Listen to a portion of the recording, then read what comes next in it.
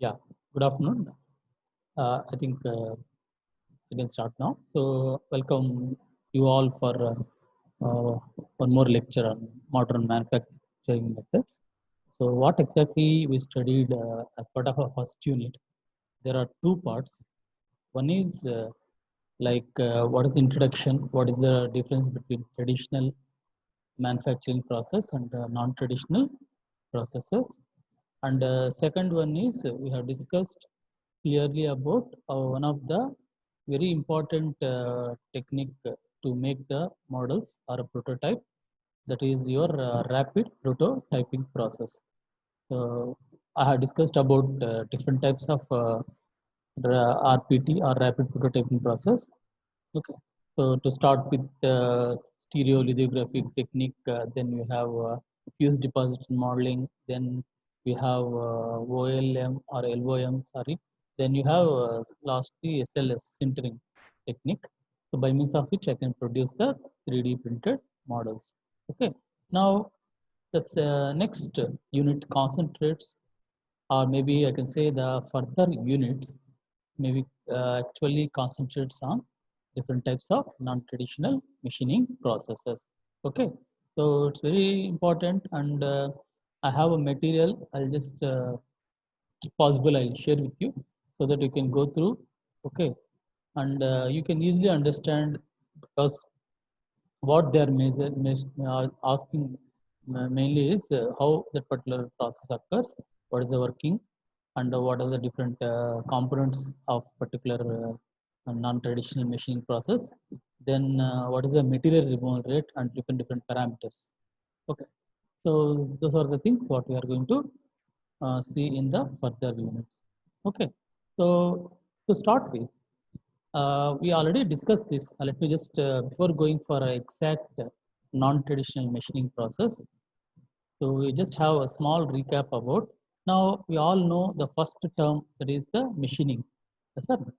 So, machining, yeah.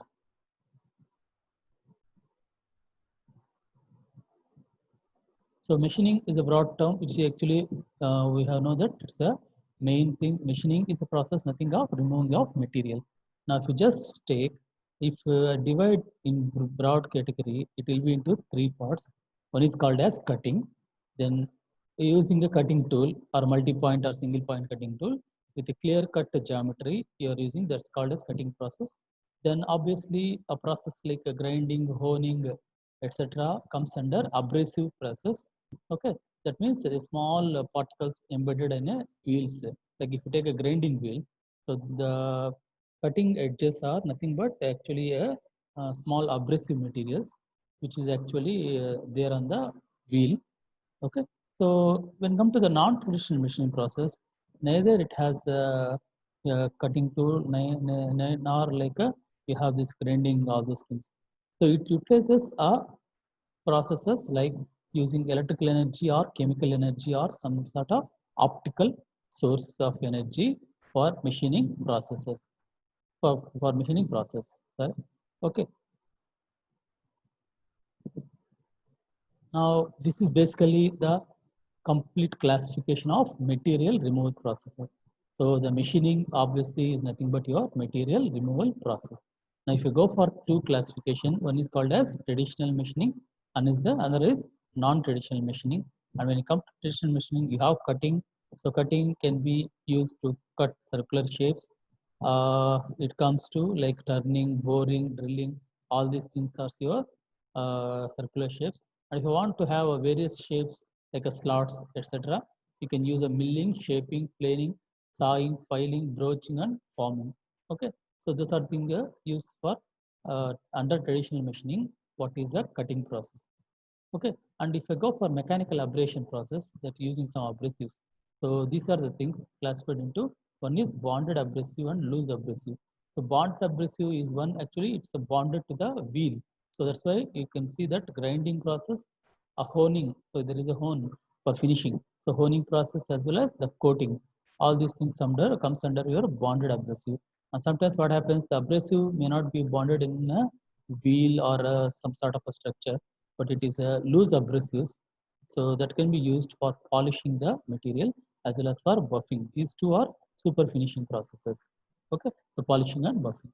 Okay, so this entire lot on this left side comes under traditional machining process. Now, non-traditional machining process, that is our main subject, will be like this. So you have plenty of classification. Okay, so ultrasonic machining, USM, abrasive jet machining, water jet machining, electrochemical milling, electro discharge machining, electron chemical grinding, okay, pulse jet beam machining, laser beam machining, and chemical milling. Okay, so all these things are either, some of them may be like a thermal process, some of them may be a chemical process of material removal. So this is about your non-traditional machining processes. Now we just go for main difference between a traditional and non-traditional, as already we have discussed. So for in traditional process, we have main source of energy is mechanical energy, but in case of non-traditional, you don't find a mechanical energy, but you have either electrical or chemical or some sort of a light or laser or optical thing. So that's called as non-traditional.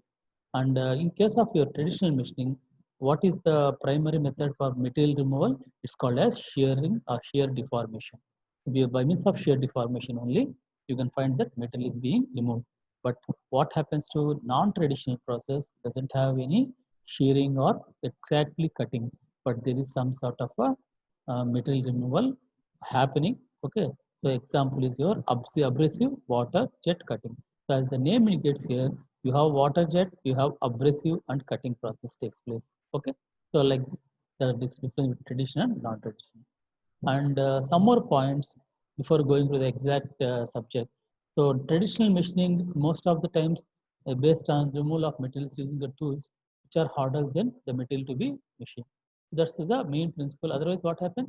So when material is strong compared to tool, the tool starts cutting. Okay.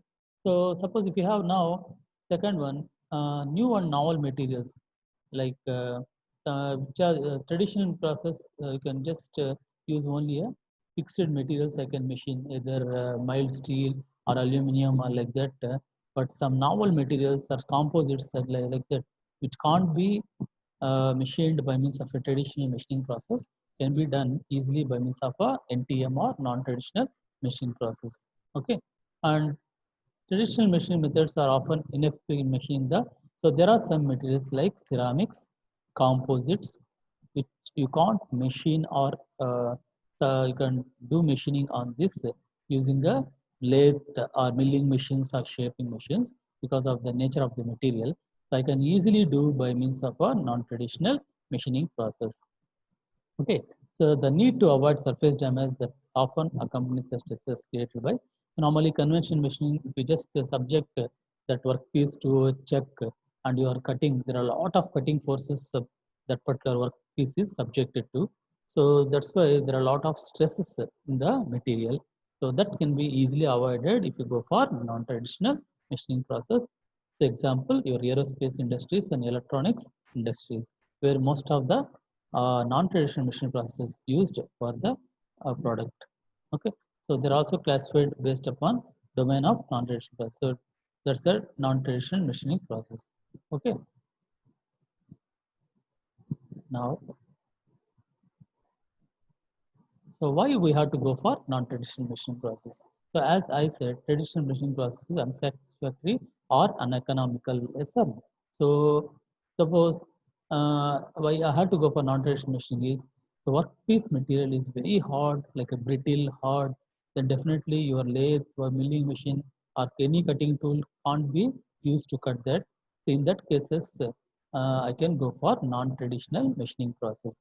Then you have workpiece is too flexible to resist cutting forces or too difficult to clamp.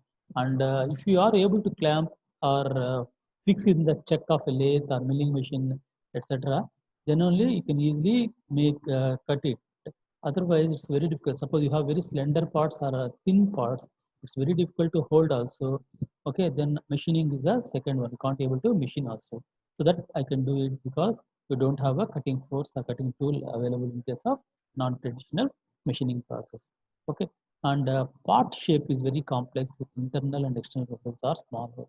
Now, whatever may be the profiles, I can easily make using a non-traditional machine process. Okay, so you require if very good tolerances and very good surface finish. Obviously, you go for a non-traditional machining process because the actual traditional machining process or conventional machining process doesn't provide that much surface finish. Okay, and regarding the stresses, it's obviously undesirable or unacceptable because the stress in the material obviously leads to failure. Okay, now these are the main advantages why you prefer non-traditional machining process. So you have complex shapes can be easily machined. So you inaccessible areas, that means your tool can't be reached in that places where I have to drill a hole inside a rifle barrel, etc. Those things definitely I can go for non-traditional machining process. So where you can't able to access or inaccessible areas and very small tolerances of the order of 0.01 mm can be easily maintained using a non-traditional machining process. Obviously, surface defects can be minimized to a lot by using the non-traditional machine process. Okay, I can go for very high surface finish because you are using a non-traditional machine process where I can go for example is your nano level machine. It's a new technology where the machining happens in case of in the nano level and the miniaturization of products like very small products can be easily machined like landline phone mobile old computers laptop etc.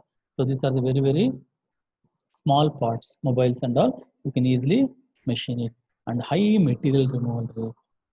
This is a very important parameter in case of your machining process because the MRR plays a very important role because material removal rate must be high. Okay, then only it's a very good machining process. High production rate while processing difficult to machine parts. So you can process a very difficult to machine parts, so that I can have very good production rate or productivity and low cost of production. Obviously, you are not going for a costly CNC lathes, costly NC lathes, jigs and fixtures, etc.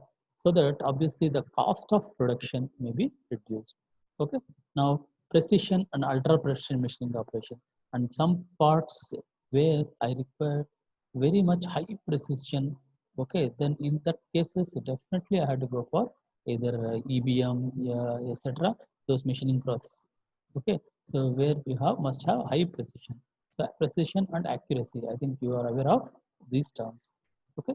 Now finally, requires material removal in the form of atoms or molecules. It's not like a chips. It actually forms in the form of a chips while you machining in the normal conventional machining process. But if you take non-traditional machining process, it won't be like a chips. Okay, and obviously it's a small amount of material is going to remove. Okay, right. And what are the disadvantages? Obviously, it's have high initial or setup cost because to set up a particular attachment or arrangement, okay, so it will take initial cost is very high. Okay, and obviously these are special purpose machines or these are the machines intended for a special machining operation. So which requires very high skilled labor. Obviously, when skilled labor you are going to when you are going to have a skilled labor, obviously you have to pay more for him. Okay, and material removal rate a little bit slow compared to the lower compared to the normal machining process. Okay, and more power is required for machining. So obviously you require more power compared to the other machining process. Okay, that is in case of a non-traditional machining process. So it's not economical for bulk production. Obviously, if I go for mass production or bulk production, these processes are not at all economical. The processes are not at all economical, right? So these are the main disadvantages of your non-traditional machining process. Okay. Now, just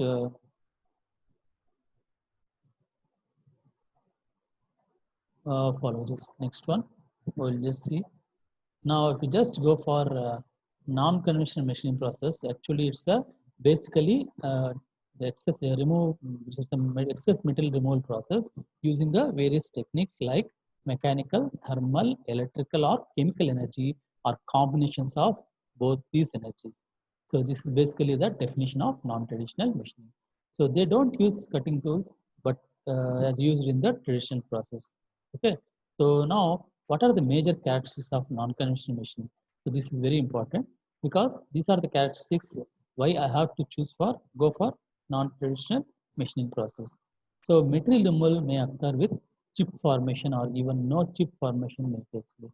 So small amount of chips or no chip also possibility in case of your non-traditional or non-conventional machining. Example, your abrasive jet machining chips are of microscopic size. So the chips are of microscopic size, and electrochemical machining or milling material removal occurs due to electrochemical dissolution at the atomic level. So the atomic level of machining or material removal is there in case of your ECM. That is the so the material removal in forms of blue chips or chips is very uh, thing what you have to consider. Okay, right. Next, in case of non-traditional machining process, there may not be any physical tool present. So obviously, as case of cutting tool, won't we have any physical tool? Okay. So example, laser beam machining. If you see, the machining is carried out by a laser beam. So as I said, it's the optical process where you have laser beam, which is by means of which I can carry out the laser beam machining. Okay, and if you go ECM, there won't be any physical tool also. So also in case of non-traditional machining, the tool need not be harder. So obviously you don't have to worry about the hardness of the cutting tool compared to the workpiece here because this is a non-traditional process. Okay, example you have EDM, electro discharge machining, where copper is used as tool material to machine hardened steel. So obviously you have workpiece or you have to carry out the machining on a hardened steel. And what is the material for tool is obviously a copper, which is used in the electro discharge machining process. Okay, and in case of different energy domains are used to provide machining. As I said, it's not only a mechanical, it's not only a what called as a thermal or chemical. It's maybe sometimes it's a combination. So like USM, ultrasonic machining, abrasive jet machining, water jet machining, mechanical energy is used to machine the material, while ECM, electrochemical dissolution, they use chemical removal process. Okay, so these are the energy domains. Okay. Now, how the classification of non-traditional machining process. So we already discussed this, but how we have the clear idea about how it's happened. So these can be classified into the source of energy used to generate such that mechanical action. So these can be classified according to the source of energy used to generate such a mechanical action, machining action. Sorry. So what sort of machining action you are going to adopt? That based upon that it's classified. It may be a mechanical, thermal, chemical, electrochemical. So there are four classifications, either mechanical or thermal or chemical and electrochemical. Now mechanical, so erosion of work material by a high velocity stream of abrasives or fluids. So this is the thing what will happen. So erosion, corrosion. I think you have different, you know the difference between the erosion and corrosion. So erosion is a mechanical removal process, or it actually by mechanical energy the material is being removed, and corrosion is the obviously nothing but oxidation process. It's a chemical reaction. Okay, so that's the erosion and corrosion. So erosion will happen with if you have high velocity stream of abrasives. So you have abrasives, nothing but the cutting edges. So like what we discussed in case of your grinding wheel, this is the same abrasives. You will be sending that with a high velocity. Okay, then that abrasives will cut or remove the material. So that's the mechanical. Now, if you go for a thermal, so it's applied very small portion on the work surface, causing that portion to be removed by fusion or vaporization of material. So there may be a process of fusion or vaporization of material. So that causes the material to be removed. Those are both are thermal processes. Okay. Now the thermal energy is generated by conversion of electrical energy. So obviously electrical energy I am going to supply, and obviously that energy, electric energy is being converted into heat or thermal energy. Okay. So maybe possibility of fusion or vaporization. So we'll discuss in detail. Then you have electrochemical. It's just reverse of your electroplating process. So electroplating process, you remember, so you want to have a coating or plating. Suppose you have gold coating for the mild steel, those things, you have to have some sort of a positive, negative things, electrodes, and there is an arrangement where you can maintain so that automatically the gold will be coated on the mild steel. Okay, so that's the electroplating process. Here it's just a reverse of your electroplating process. That's the electrochemical process. Okay, and finally you have chemical process, pure chemical process. Most of the materials susceptible to chemical attack. Obviously, where there is there are a lot of materials when most of the times it's subjected to the chemical process. Such like if you subject it to some certain acids or etchants, so there is a material will be removed. So the chemical machining chemicals selectively remove material from the portions of our part, while other portions of surface are protected by a mask. Obviously, wherever you need the